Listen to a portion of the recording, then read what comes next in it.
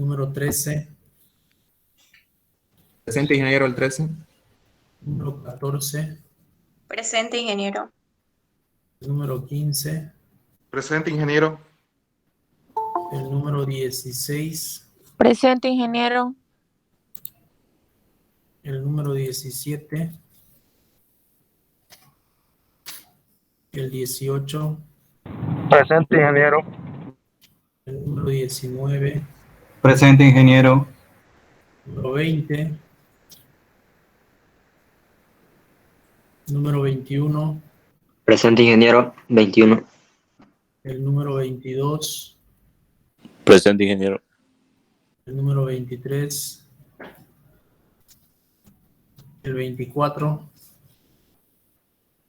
25, 24, ingeniero, presente. 26, 26, presente, ingeniero.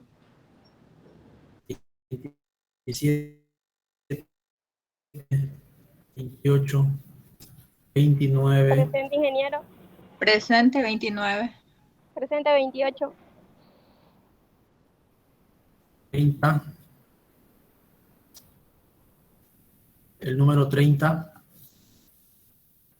31, 32, Presente, ingeniero, 32. 33, 34, Presente, ingeniero. 35,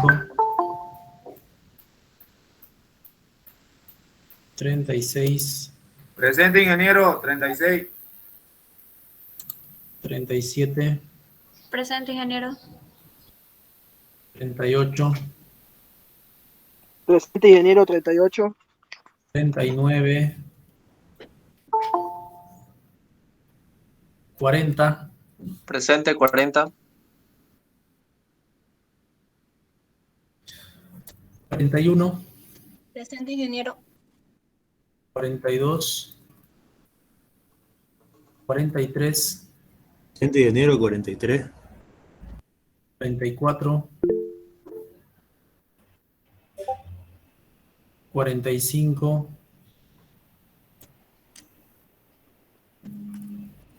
46, Presente, ingeniero, 46. 47,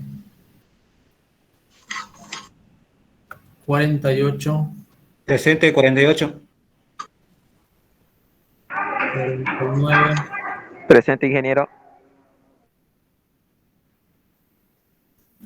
50, Presente, ingeniero.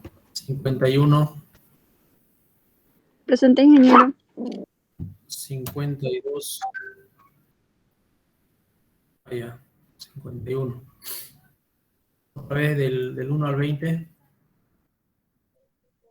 Ingeniero, disculpe, la lista de 50 dije presente.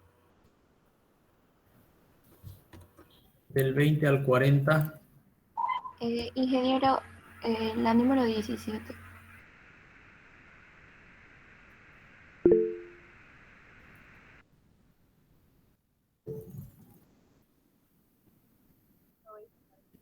¿ok?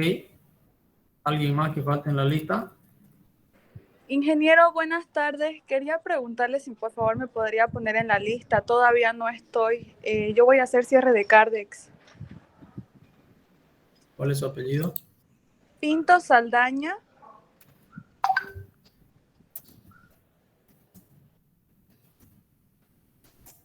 ¿Ya? Paola Xiomara.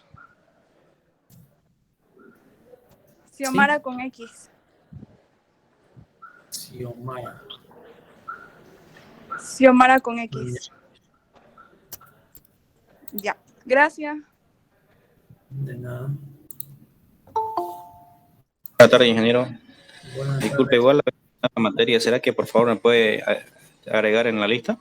¿Cuál es su apellido? Salazar Rivera con B chica. Arraí Aarón. Arraí con H intermedia, después de la A. Arraí. Aarón. ¿H intermedia o sin H? Aarón sin H ya, así normal. Ya, gracias, ingeniero. De nada. ¿Alguien más? Ingeniero, en el chat el compañero Senzano está diciendo que está presente. Creo que es el 39.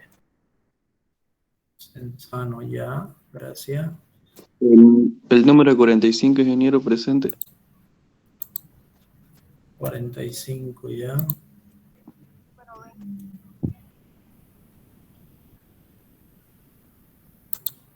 ¿Qué número? No se escucha.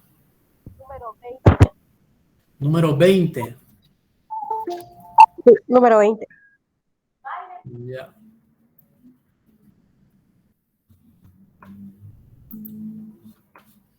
Ok, ¿alguien más en la lista? Yo, ingeniero, el número 12, Iván García. Ya.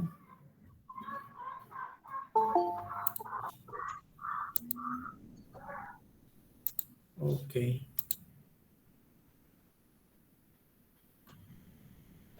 ingeniero, disculpe.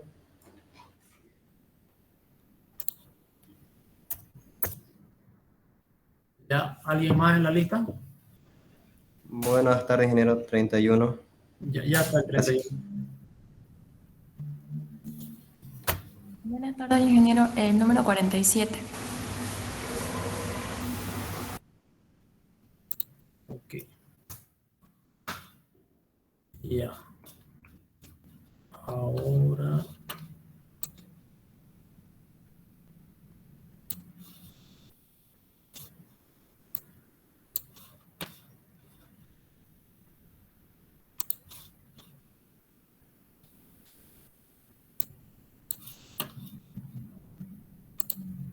Ya, vamos a iniciar ya. Denme un minutito, por favor.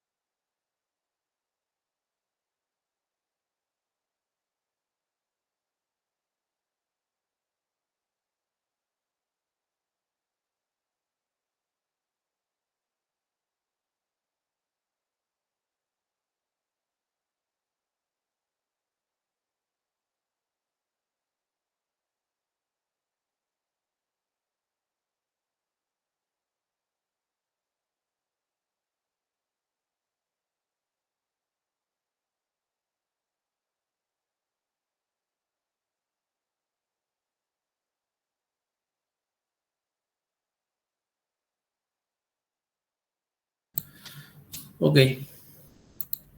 Ahora sí.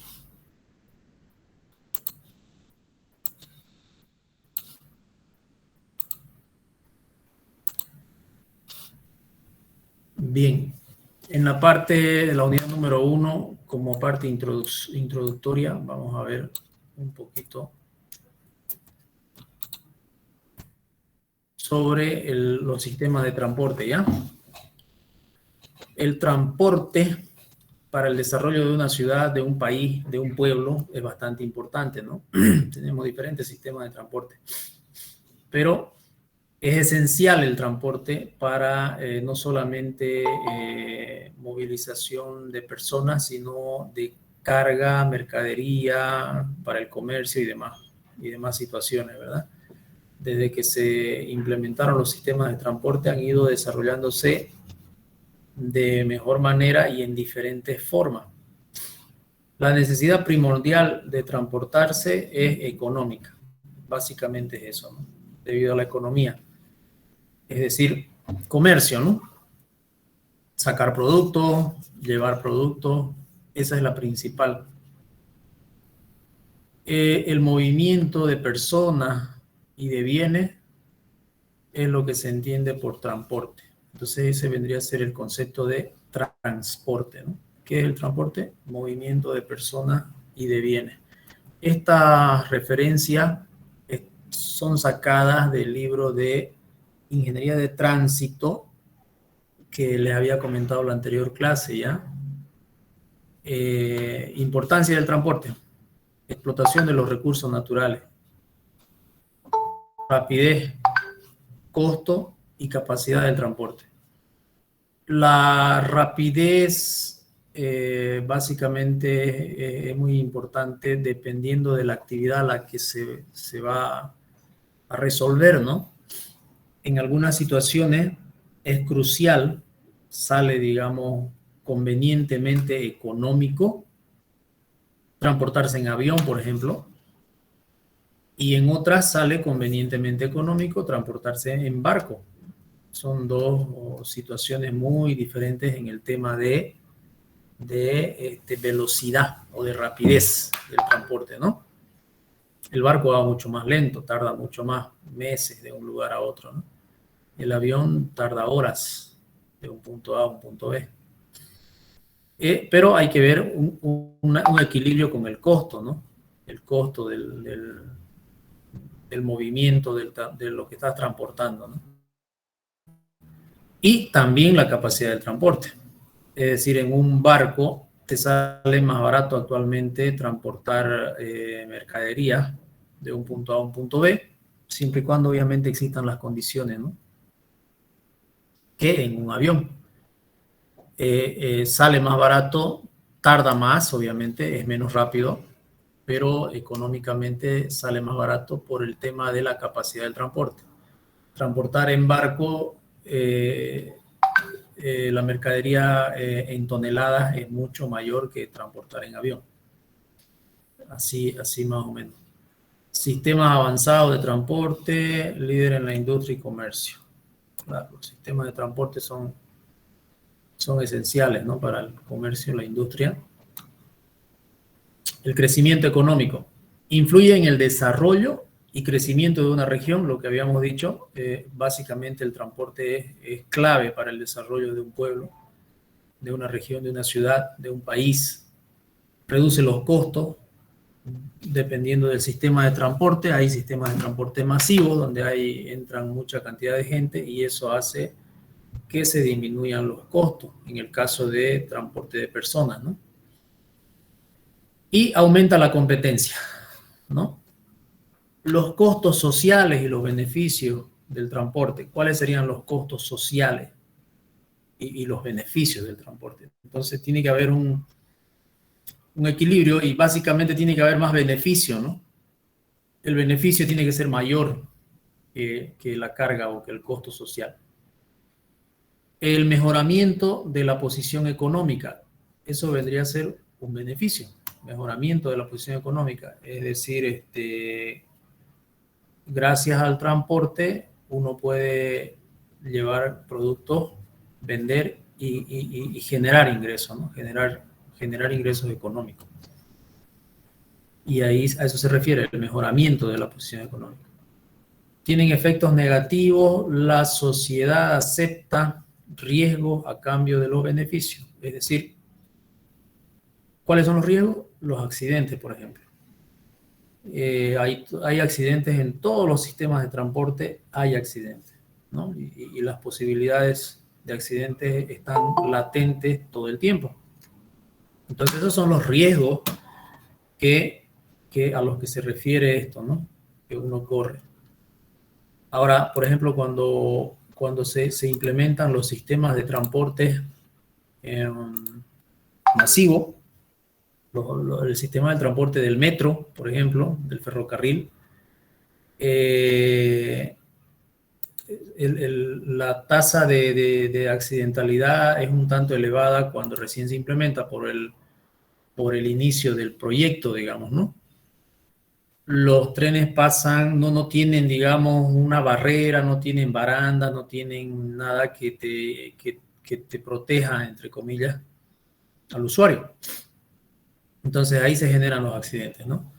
En las estaciones del metro, el metro llega y no tenés una barrera de protección entre el metro y el peatón, el que va a hacer uso del transporte.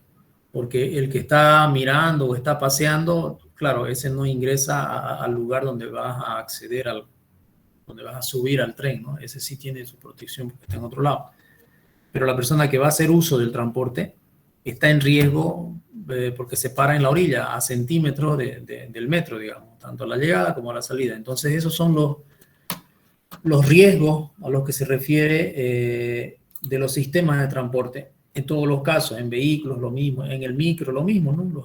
Existen riesgos que la sociedad debe de correr, debe de aceptar a cambio de la posibilidad del mejoramiento económico. Balancear un transporte rápido y útil y los costos.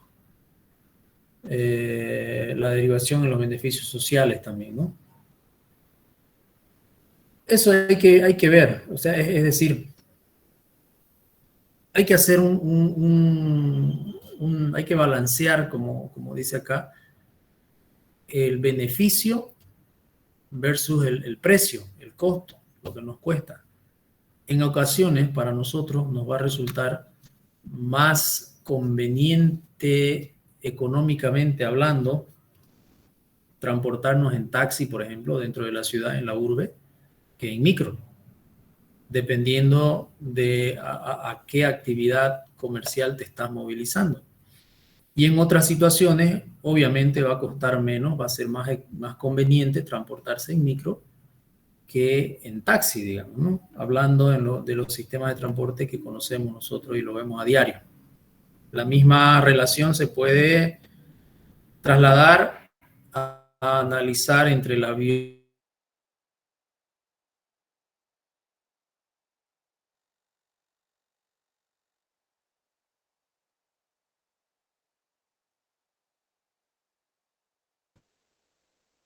Entonces, aquí tenemos una imagen de sistemas de transporte. El vehículo, el auto, es un sistema de transporte, ¿no?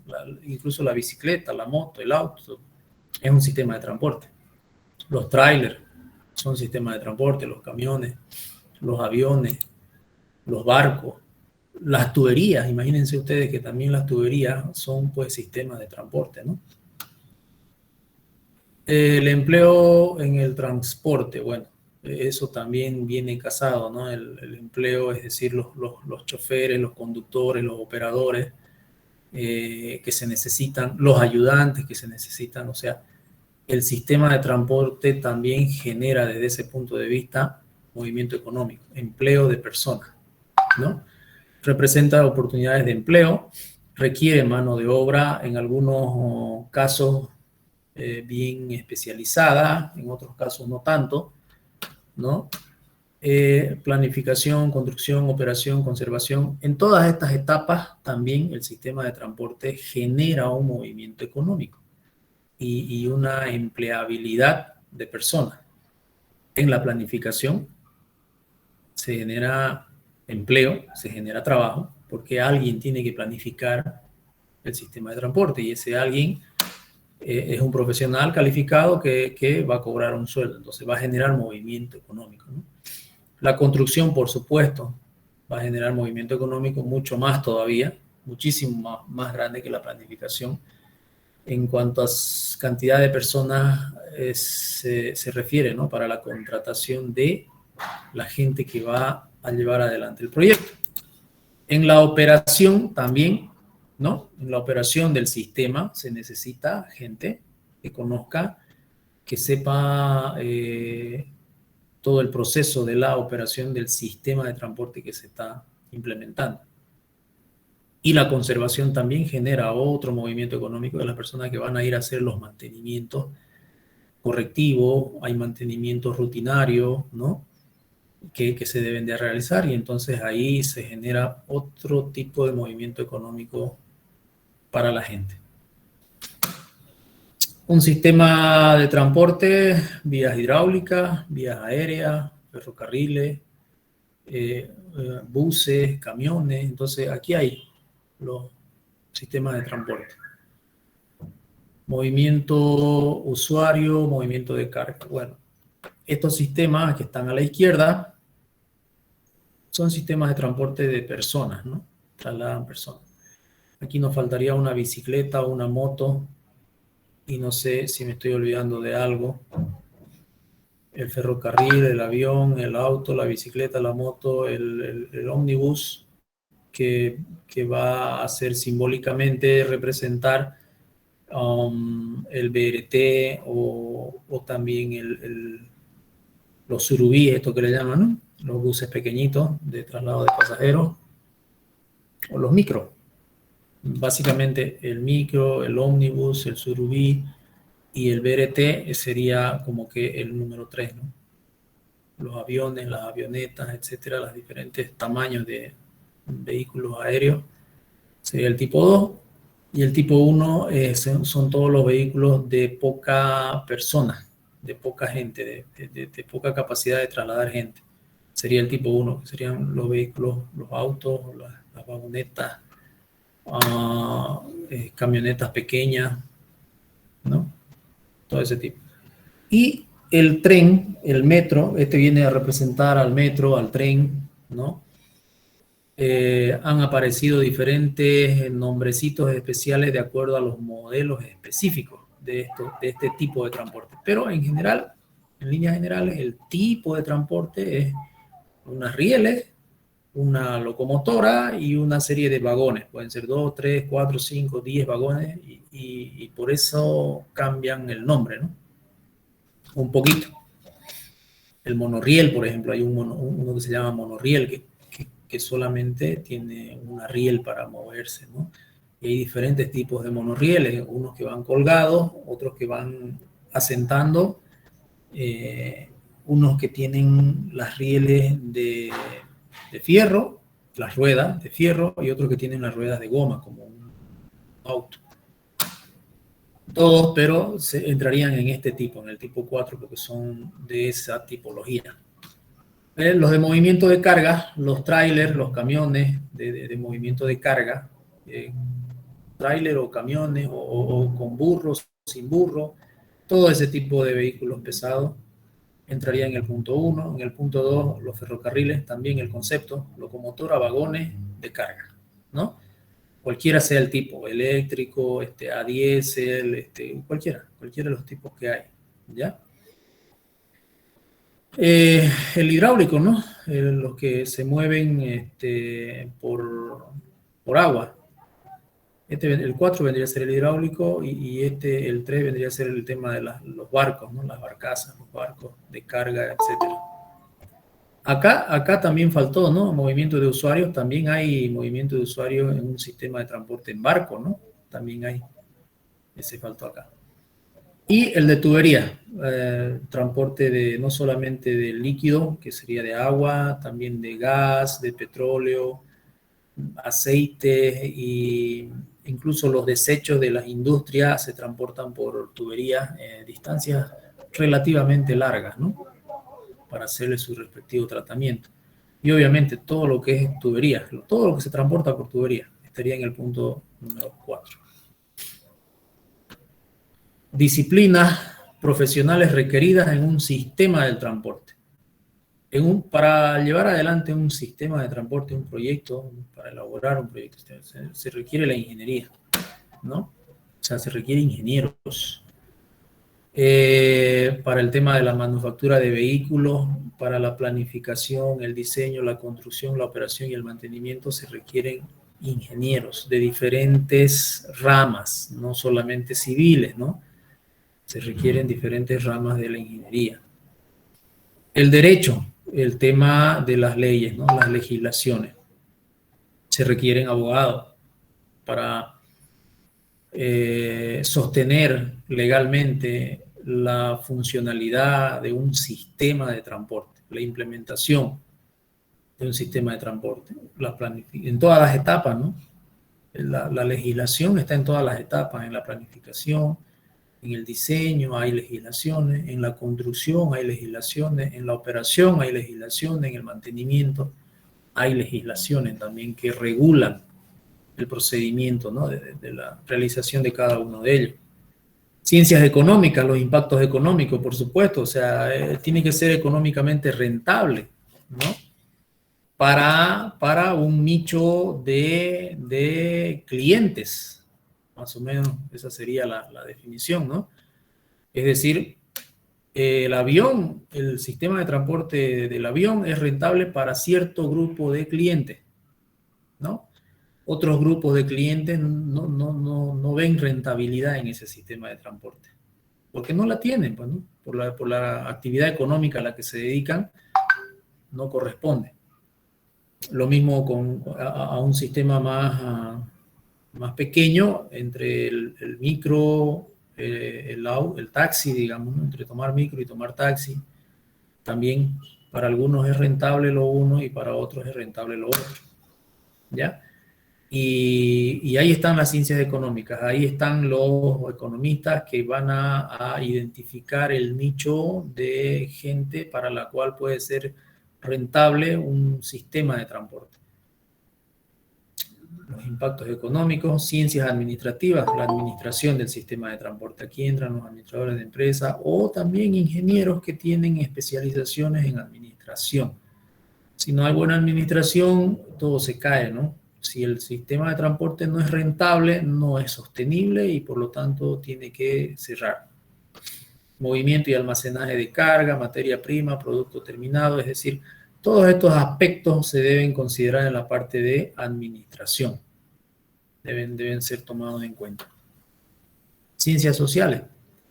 El tema de los empleos, los desempleos, ¿no? Todo lo que tiene que ver relacionado con el aspecto social, la inclusión de personas con discapacidad, con capacidades especiales, en ciertos tipos de cargos, de puestos, no pueden estar en todos lados. Hay lugares en los que no pueden estar, ¿no? La planificación. Todo parte de acá, ¿no? Todo nace en la planificación. Es más, hay una etapa anterior a la planificación. ¿Cuál sería esa etapa anterior? ¿Quién se anima? ¿Cuál es la etapa anterior a la planificación de un proyecto? Esto ya para todo proyecto, digamos, no solamente para un proyecto de transporte. ¿Quién puede decir cuál es la primera etapa de un proyecto?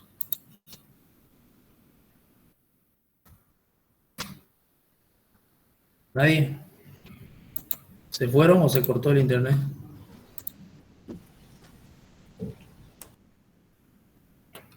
¿Ah? ¿Están todavía? La idea, ingeniero, ¿no sería la idealización? Exactamente. ¿Qué número sos? Soy el número 13, ingeniero García. 13, ¿no? Sí. Ya, el número 13, perfecto. La idea, esa es la primera etapa de la elaboración de un proyecto. La idea, ahí nace, ¿no? Nace con una idea que se va consolidando a medida que se la va trabajando. Y después recién, cuando ya se consolida la idea, ya está clara la idea de lo que uno quiere realmente hacer, recién empieza la planificación, ¿ya? Sin embargo, en las bibliografías, cuando uno lee, cuando uno investiga, partimos de planificación directamente. Pero lo real es que sin la idea no hay que planificar, ¿no? ¿Qué es? Dice, es la selección de proyectos para el diseño y construcción. ¿A qué se dedica? Definir problemas, recopilar y analizar datos, evaluar soluciones. Entonces, todos estos aspectos se los debe tomar en cuenta en la etapa de planificación. Y hay otros más, ¿no? Predicción de tránsito futuro, factibilidad física del proyecto, conocimientos de economía, hay mucha tela por cortar en esta etapa de planificación. Una vez que ya se tiene la planificación un tanto avanzada, pasamos a la siguiente etapa, que vendría a ser el diseño, ¿no? Entonces empezamos con el diseño.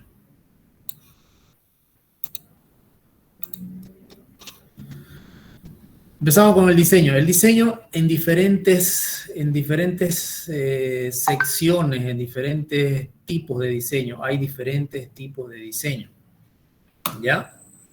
Especifica aspectos del sistema del transporte.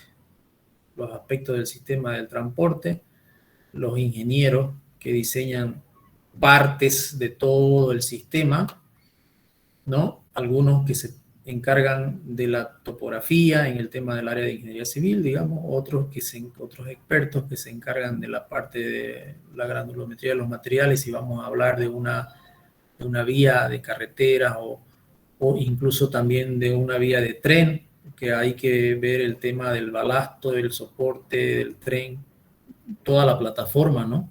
Entonces, son diferentes cosas, son diferentes personas, diferentes ingenieros que se encargan de todo eso, ¿no? La geometría, el trazado, el diseño del mismo pavimento, si se trata de un pavimento. Todo lo que realiza relaciones, la velocidad del vehículo con las características geométricas del camino, si se trata de un camino, ¿no? Construcción, después viene la construcción, ¿ya? ¿Qué incluye la construcción? En algunos proyectos, el desmonte, nivelar, compactar, transportar materiales, colocar las diferentes capas de materiales y de pavimento.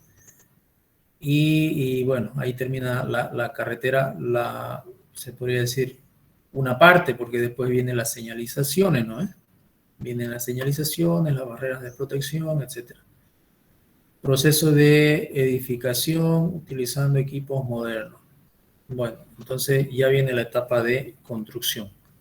Después viene la etapa de operación y administración del sistema de transporte, ¿no? Y ahí viene otra categoría de ingeniero de tránsito. Su función, la operación del sistema del transporte en general, porque puede ser un sistema de carretera, puede ser un sistema ferroviario, puede ser un sistema aéreo, marítimo, puede ser un sistema hidráulico, etcétera, etcétera, cualquier otro sistema, solo un ejemplo, ¿no? Aquí como carretera, ¿ya? Contempla la integración del vehículo, la integración del conductor, las características del peatón, para mejorar la seguridad, el flujo y capacidad de las vías, ¿no? Y entonces el ingeniero de tránsito, en su afán de mejorar la operación del servicio del sistema de transporte, tiene que analizar, investigar la tipología de vehículos que va a usar en su sistema de transporte, ¿no? Tiene que ver qué vehículos están en el sistema de transporte y cuáles son las características de esos vehículos para poder generar o construir o elaborar ciertos elementos que le permitan optimizar el servicio de su sistema de transporte. Tiene que también lidiar con conocer la tipología del conductor. ¿Qué tipo de conductor necesita su sistema de transporte? ¿Cuál tendría que ser el carácter adecuado del conductor para su sistema de transporte? ¿Tiene que ser una persona metabólicamente acelerada? ¿Tiene que ser una persona metabólicamente pasiva para su sistema de transporte? ¿Cuál es la mejor característica de conductor que deben tener sus operadores de su sistema de transporte? Eso ya es hilando un poquito más fino para optimizar un sistema de transporte, ¿no? Y además todavía tiene que ver las características del peatón en ese lugar, ¿no? ¿Cuáles son las características que tiene ese peatón? los peatones de esa ciudad, de ese lugar, para el momento de implementar el sistema de transporte, poder diseñar elementos, obstáculos, equipos que le permitan lidiar con las características del peatón, todo para mejorar, ¿no es cierto? Es decir, si estás en una ciudad donde los peatones no respetan absolutamente nada, seguramente tenés que pensar en elementos que protejan, por un lado, tu sistema propio de transporte que estás implementando, y por otro lado, que protejan también a los peatones, a los demás ciudadanos, ¿no? Hay ciudades donde, o sea, los micros, los sistemas de transporte tienen barras protectoras en las ventanas, así como si fuera la cárcel, ¿no? Entonces, y hay ciudades donde no necesitan ese tipo de protecciones, digamos, ¿no? Entonces hay diferentes características, y eso es lo que tienen que estudiar los ingenieros de transporte, los ingenieros de tránsito. Es un mundo, es totalmente un mundo bastante amplio, el tema de transporte, de tránsito, de tráfico, es muy amplio, ¿no? Y son especialidades específicas para lograr tener una optimización adecuada para un sistema de transporte por encima del 90% de satisfacción, ¿no? Bueno, la idea, el objetivo final es que te genere mayor rédito económico tu sistema de transporte. Ese es el objetivo final, porque estás poniendo en la balanza el riesgo social versus el beneficio económico, porque todo sistema de transporte tiene un riesgo. Entonces hay que poner en la balanza eso, ¿no? Ya después viene una etapa de mantenimiento, porque claro, ya entró en servicio la obra, ya se hizo ya estuvo la idea, ya estuvo la planificación, ya se hizo la elaboración del proyecto en todas sus ramas, se hizo la ejecución del proyecto en todas sus especialidades también, ¿no?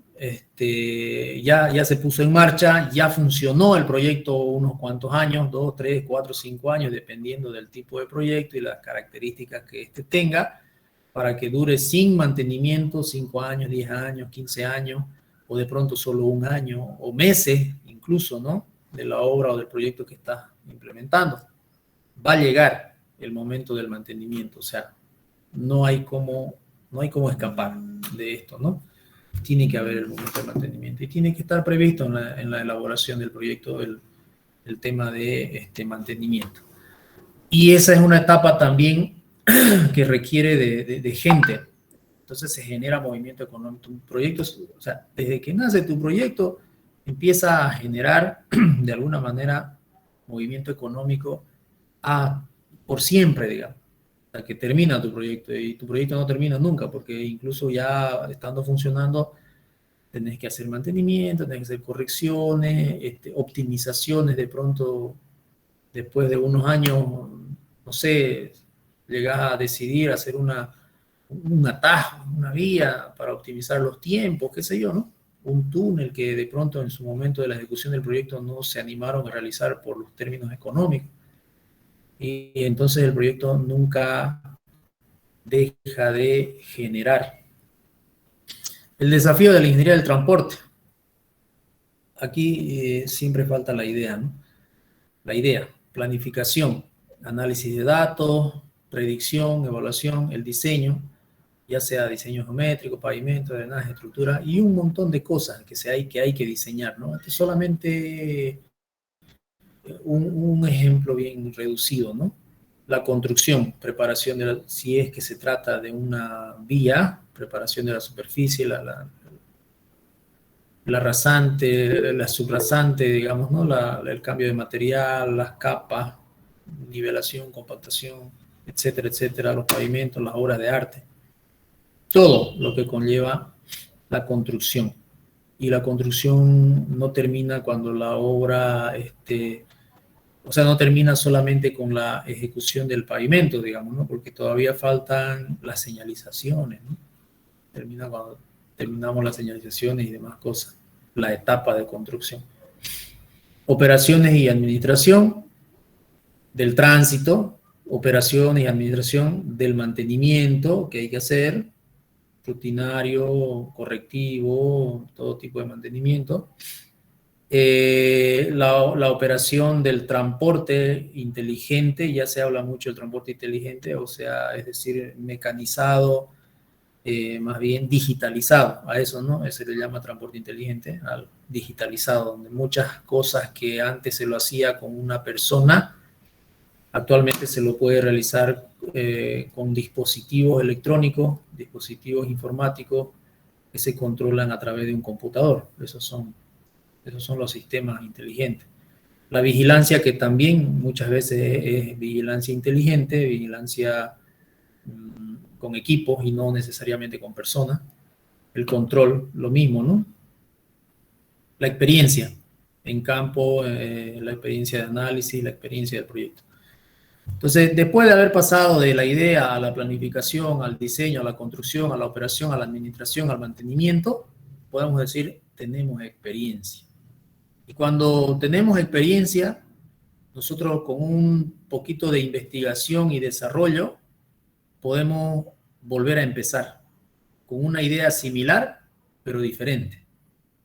Con una idea similar, pero diferente. Y entonces volvemos a hacer todo el proceso para generar un sistema más óptimo, más que rinde más, que económicamente es mejor, ¿no? Y el ciclo es de nunca terminar. Seguís haciendo el mismo tipo de proyecto para cubrir las mismas necesidades, pero cada vez optimizás más. En alguno vas a cambiar tu parque automotor, vas a hacer el proyecto, pero ya no vas a trabajar con vehículos a gasolina, vas a trabajar con vehículos a diésel, después a gas, después los eléctricos, los solares. Entonces, todo este ciclo termina y vuelve a empezar con la tecnología y la investigación, el desarrollo, ¿no? Entonces, esa es más o menos el pantallazo de lo que vendría a ser un proyecto, donde nace, y por lo que acaban de ver ustedes, un proyecto finalmente nunca termina. No termina, es infinito, porque vuelve a iniciar el ciclo, ¿no? Se optimiza y se optimiza. Lo mismo ocurre en un edificio, digamos. Tu proyecto aparentemente ha terminado, pero lo que ha terminado quizás es el tiempo de vida útil de tu edificio. Vos lo vas a demoler y vas a construir otro mucho más competitivo, mucho más eficiente, ¿no? Mucho más eficiente. Es lo que se hace en todas las ciudades, ¿no? En el mundo entero. Se demuelen los edificios y se vuelve a construir uno de última tecnología que te va a generar mucho más rédito económico. ¿Ya? Entonces los proyectos, en conclusión, nacen en la idea y entran en un ciclo que nunca termina, el proyecto, ¿no? Básicamente es el concepto. Ok, no sé si tienen alguna curiosidad, alguna pregunta hasta ahí.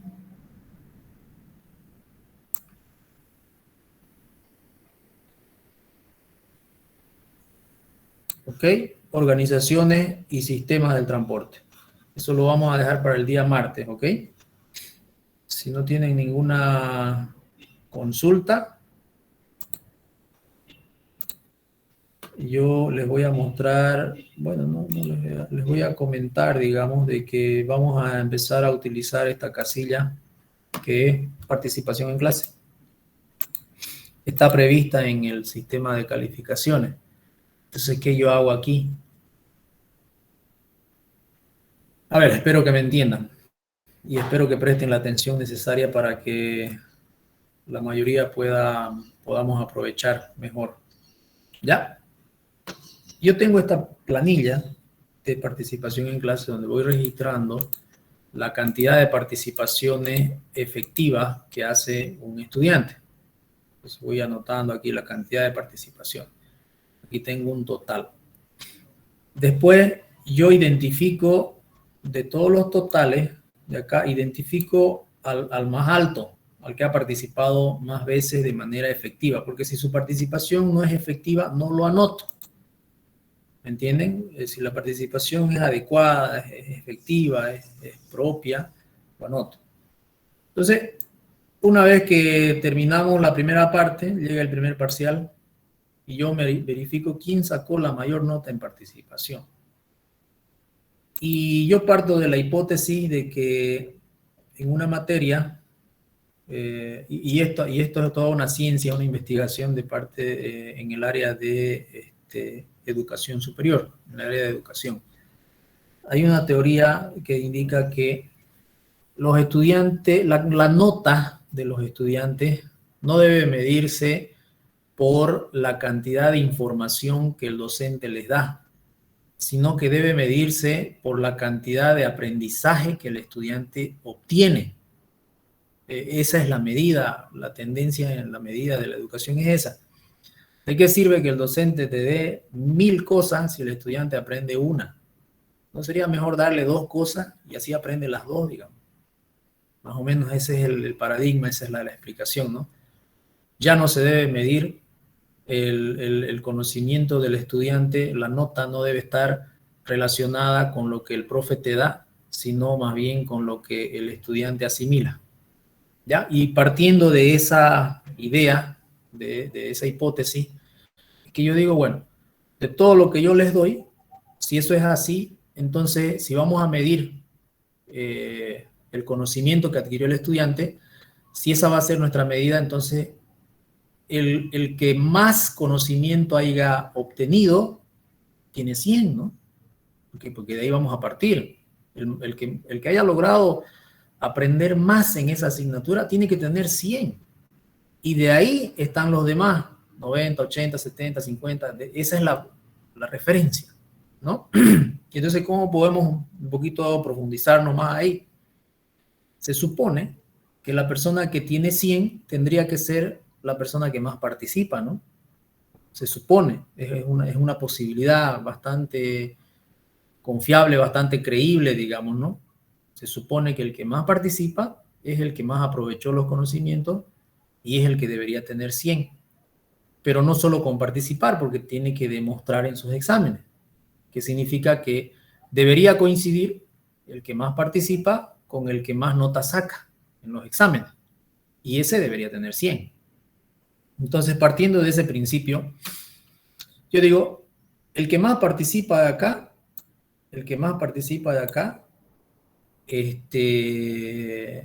va a ser el 100% de las participaciones.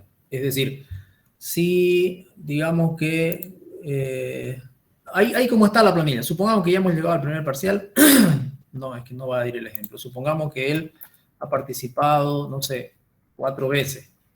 Por acá hay uno que ha participado una vez o 2 veces y por acá hay uno que una vez. Ya.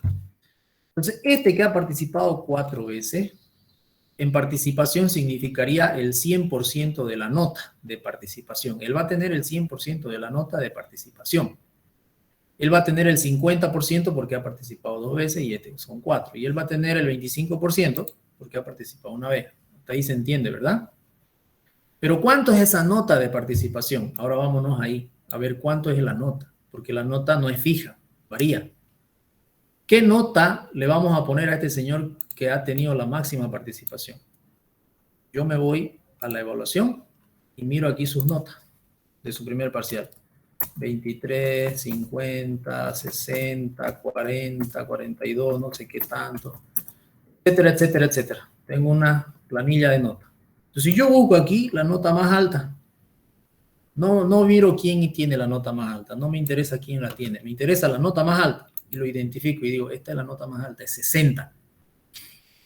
Entonces, yo supongo que es el mismo estudiante, el que más participó tiene la nota más alta. Si la nota más alta es 60, entonces su participación vale 40. ¿Me entienden? Entonces, los 40 puntos que le faltan a esta señorita para llegar a 100, yo se los calzo acá en la evaluación a clase. O sea, quiere decir que son 40 puntos que tiene el que más ha participado. Puede ser que sea la misma persona, como puede ser que sea otra, no importa. Entonces, el que más participó aquí, en este ejemplo, según esta evaluación, va a tener 40 puntos, el que más participó. Y de ahí se distribuye a las demás participaciones. Si este tiene 40, este tendrá 20, este tendrá 10, los demás tendrán 0. Así vamos a desarrollar, así lo desarrollo la materia. Entonces, recapitulando, verifico quién tiene la mayor cantidad de participaciones y digo, él se ganó el puntaje de participación. ¿Cuánto es ese puntaje? Todavía no sé. Me voy al examen y veo quién tiene la mayor nota. Este tiene la mayor nota. ¿Cuánto es la mayor nota? Es 60. Para llegar a 100, ¿cuánto le falta? 40. Esos 40 que le faltan van a ser como puntaje máximo la participación en clase. Puede ser que sea 40, puede ser que sea 60, 80, puede ser que sea 10. Si hay alguien aquí que saca 90, entonces la participación vale 10 y esos 10 puntos van a ser para el que más participa y el que participa menos veces va a tener un puntaje directamente proporcional al anterior, digamos, ¿no? No sé si me han entendido. ¿Alguien puede decir si se entendió? Sí, se entiende, ingeniero. Ok, perfecto. Entonces, esa es la forma como vamos a hacer y la he estado haciendo las evaluaciones al primer parcial y al segundo parcial, ¿ya? Para el final normalmente ya no hay tiempo porque aquí entre el segundo y el final es 1 o 2 semanas de espacio. Normalmente es al primer parcial y al segundo parcial que se le aumenta. Y claro, ¿por qué no? La idea es que sea el mismo estudiante que saque la mayor participación y que saque la mayor nota y por supuesto su nota va a ser 100 en el primer parcial. La misma historia repetimos para el segundo parcial y probablemente siga siendo 100 y su nota final va a ser 100. Digamos. Esa es la forma, ¿ok? Bien, chicos. Entonces, vamos a quedar ahí y vamos a continuar el día jueves, ¿ya? Ingeniero, buenas tardes. Tenía problemas con mi micrófono al inicio en la asistencia. Pinto Flores. ¿Qué número es usted? Pinto Saldaña, Pinto Flores Blanca. Número Sí. 30. Sí. Ingeniero, el número 33 igual. Número 33, Osvaldo. Sí, ingeniero. Ya. ¿Alguien más? Vargas Velázquez, ingeniero. Buenas tardes. Buenas tardes. ¿Vargas? Sí. Marcelo. Ok. Gracias. De nada. ¿Alguien más? Nadie más. Perfecto. Entonces ahí vamos a quedar, jóvenes. Nos vemos el día jueves, ¿ya? Se cuidan.